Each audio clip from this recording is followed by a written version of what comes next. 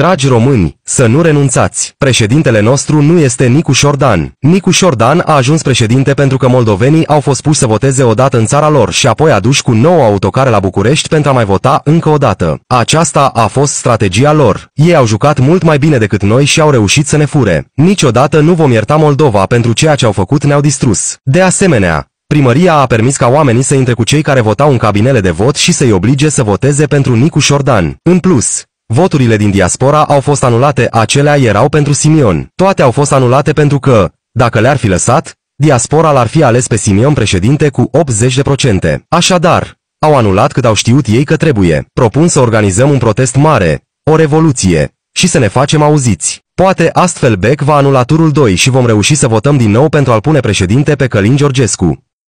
În perioada 20-21-22 mai, un protest mare în fața Bec, pentru că nu vrem să plângem închid timp de 5 ani.